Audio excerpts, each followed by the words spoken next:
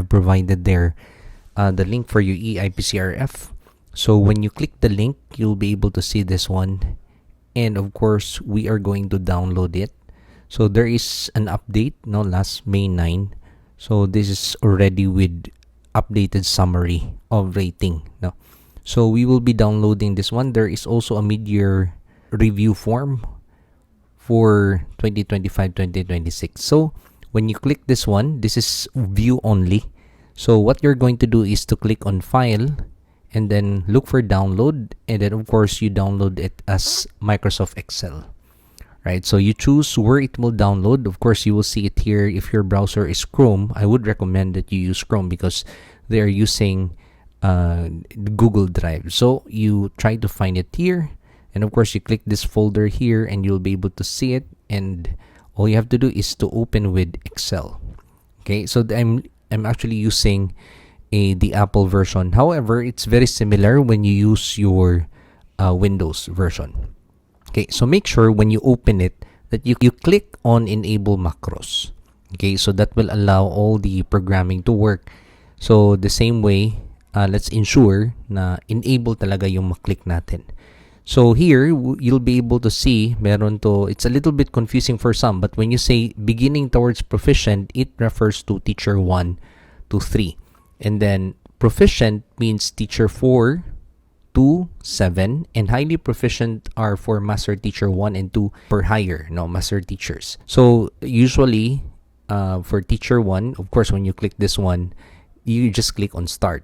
Okay, so it will automatically change the EIPCRF tool for you depending on which one you click. Okay, so if you are from teacher 6, for instance, teacher 7, of course you click proficient. If you are master teacher 1, 2, then you click highly proficient. So any of this will do, and it will automatically change the interface in order to match anong level tayo, no? So click natin, for example, for teacher 1, okay, so or teacher 2, click natin to, and then we'll click start. And of course, no, we have the privacy notice. It says here, I authorize the personnel of DepEd to collect, process, retain, and dispose personal information in accordance with the Data Privacy Act. So basically, what is stated there is that it will be used only for this purpose. So click on agree, and of course, here comes the information that we need. Okay, so you choose your region, for example, in CR, division office. Of course, it will automatically change depending on ano yung division dito. So, kapag na-click natin yung region 7, of course, it will automatically change din yung mga division dito. Okay, so yung school ID, lagyan natin. Okay. So, invalid kapag hindi natin na-conform yung intended number. Alright, so this is just an example, okay? So, type in the name of your school. So, Cebu City.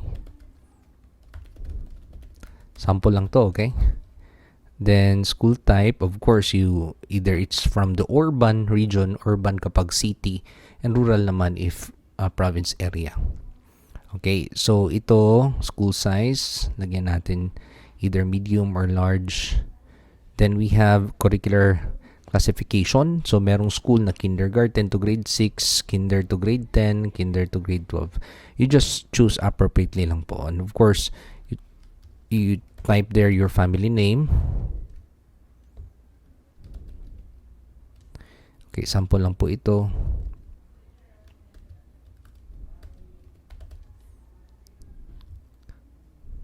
Okay.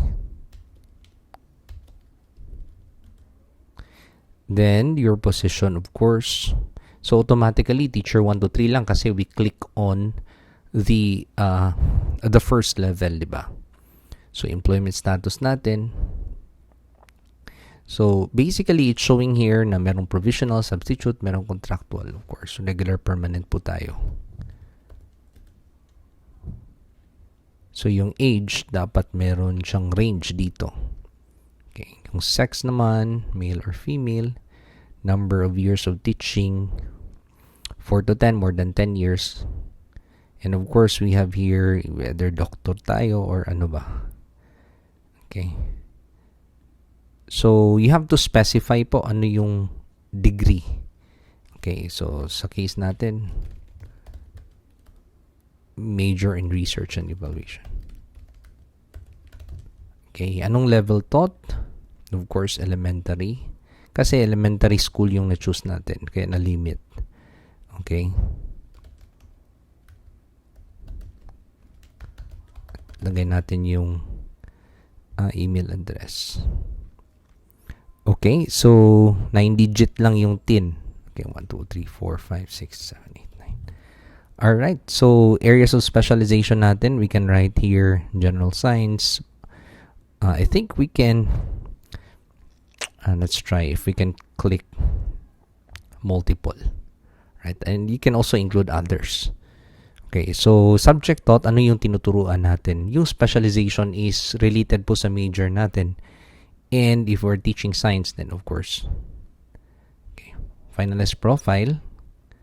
Tapos, we will be asked to enter a password. So, password natin is password. Make sure same yung password natin sa isa at same yung sa pangalawa. Kasi re-enter lang. Okay, so here, makikita na natin meron tayong part 1 of the IPCRF natin. By using this tool, you agree to authorize DepEd to yung data privacy statement na naman.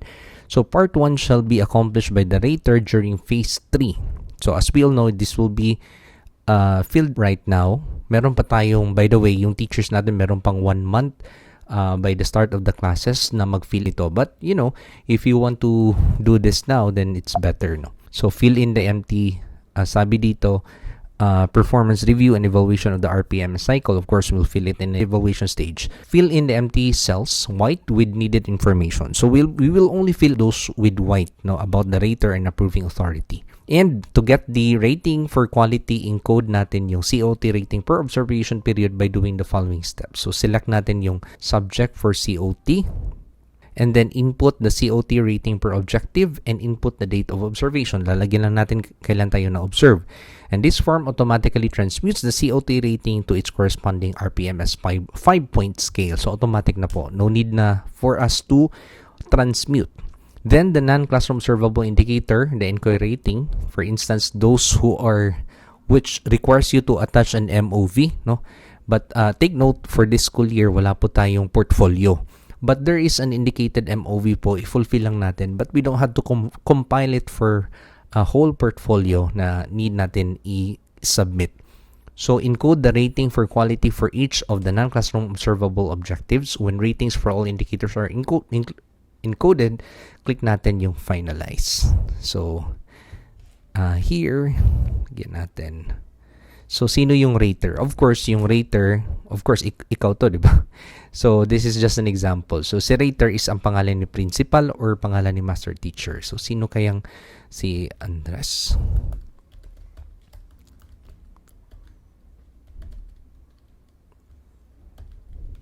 So, this is just an example, of course.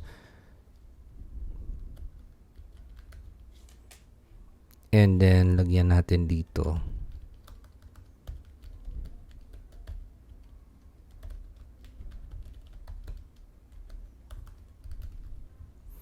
And master teacher. So, for master teacher 1, okay, nakikita natin dyan. Then, kailan kayo nag-review? So, of course, within the school year po tayo. So, siguro mga December.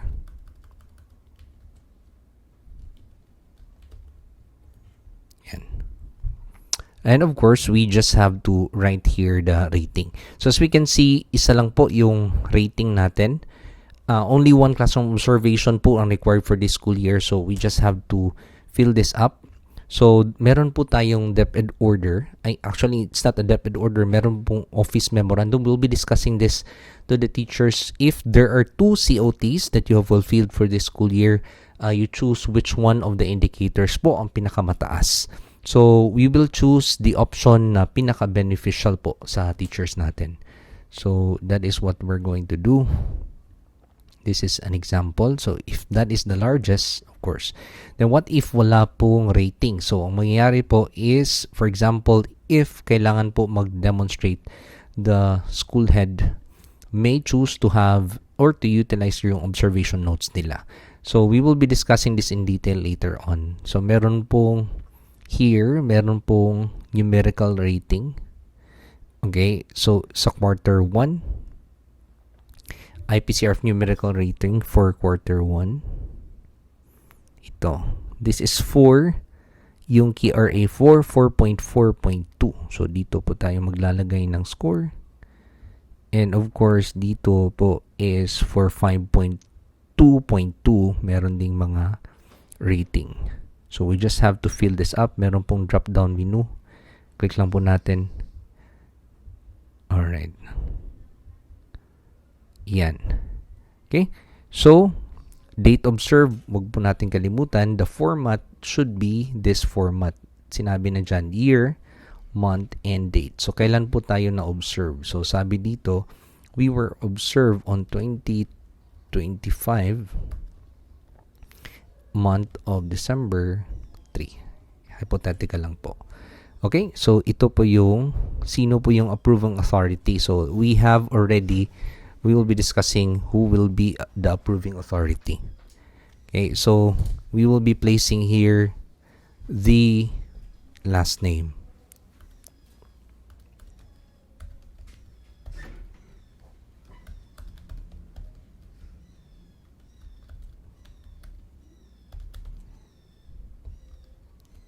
Okay. So, usually po, yung assistant superintendent, meron ding CID chief, meron education program supervisor. So, we have already discussed ano po yung pertinent approving authority. Check natin yung previous videos natin. Okay. So, we're just going to choose. Alright. So, debit email.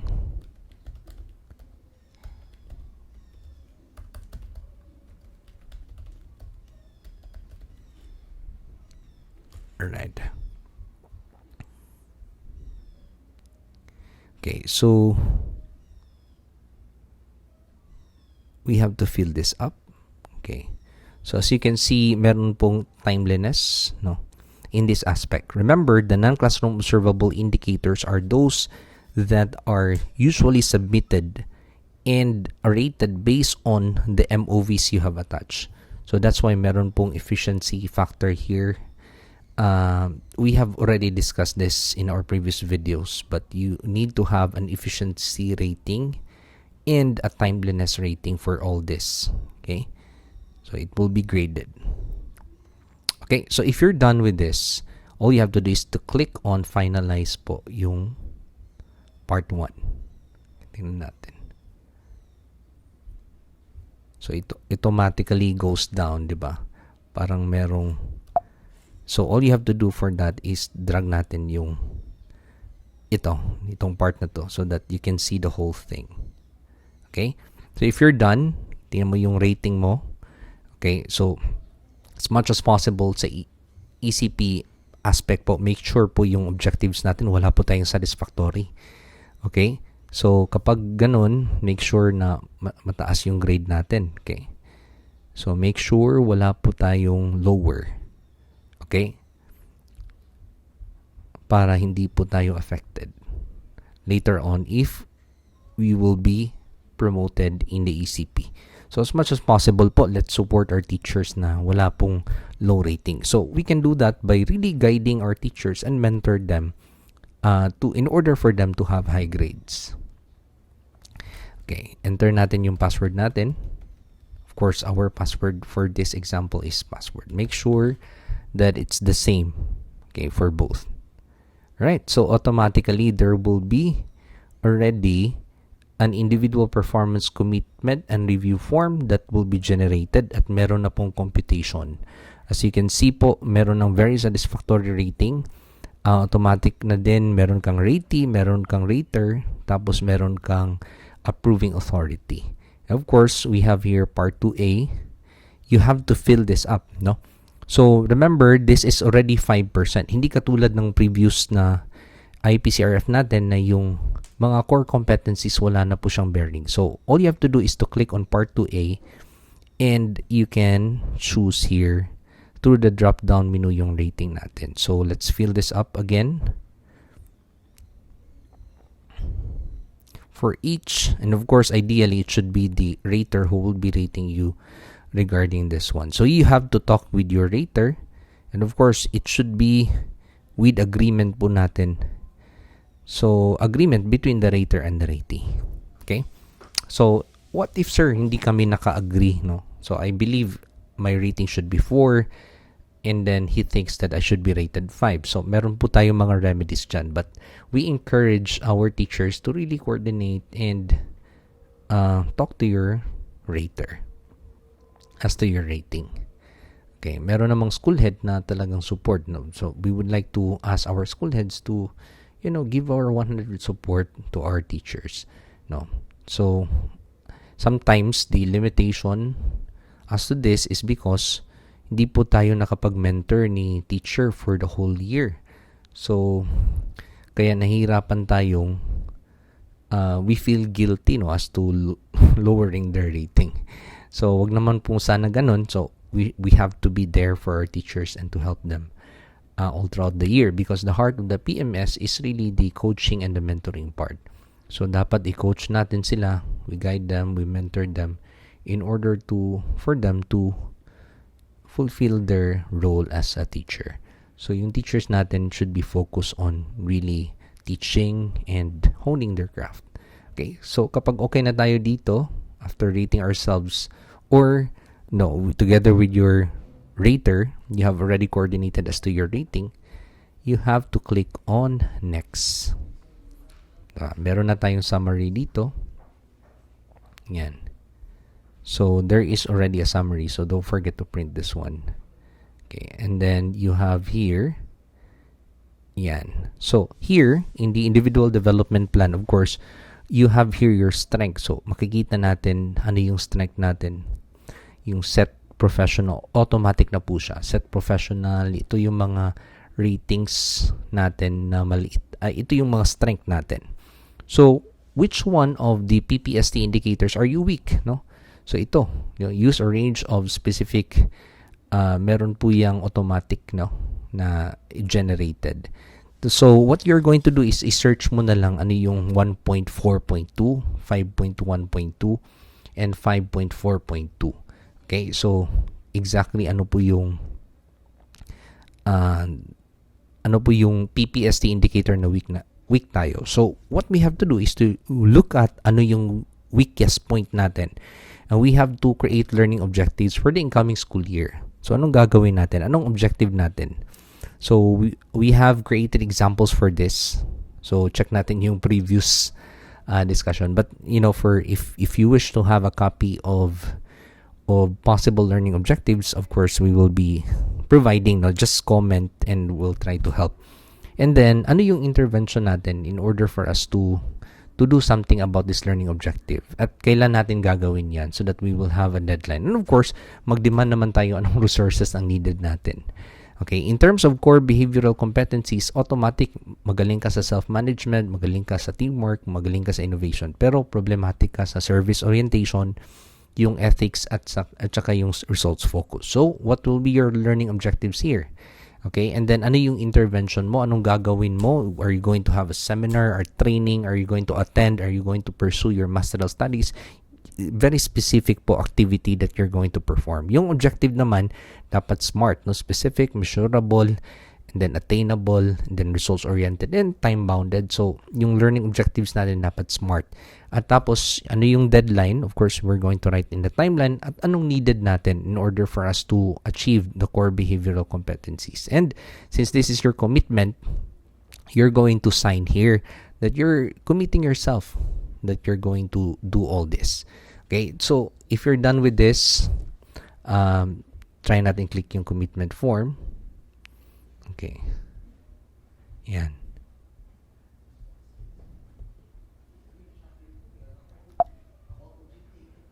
So you can see here that there is we can create a commitment form. Okay. So ano yung commitment form? So ang yung commitment form is in accordance to section 28 of DepEd Order 34, no? So amendments and clarification for DepEd Order 24. So ano to? Diba, it was stated there that there are 3 indicators by which you can actually commit that you are going to do something about it. Okay, so ano yung previous rating natin? You just have to write it here. Okay, so that you can use this form here. So maximum lang po ng 3 indicators. So if in case you need this one, of course, no, you can use this commitment form and you can sign. Okay, then if you're done with that, you can utilize the commitment form. This is for ECP purposes. So you just have to click here again so that you can go back and then click on finalize the IPCRF. Okay, so it says here complete. So let's just try. Okay.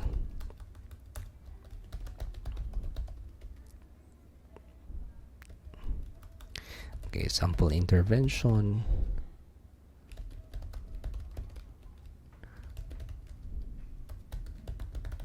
Okay, mag-sample lang tayo. And of course, okay, just to see how it works. Then, finalize natin yung IPCRF natin. And here, it's already here. No? Meron na tayo, dito na tayo sa part 1, part 2, part 3, part 4. And, meron na tayong mga forms. So, edit natin yung profile. If we are going to click edit profile, we can enter password again. So, kapag meron tayong i-change, we just have to click this one. Okay. So, yan. Yan. You can still change your profile po if you wish. Then, you can also show hide. You will be asked your password. So, password natin is this. Let's try to click. Yan. So, as you can see, bumabalik tayo sa previous natin. You can edit if you like. No? Part 3, yung part 4, etc. Okay? So, yan. Then, you can also click this one and edit if you like. Okay, so, yun yung beauty. Ito. See? So, we can still edit everything that we have done, no?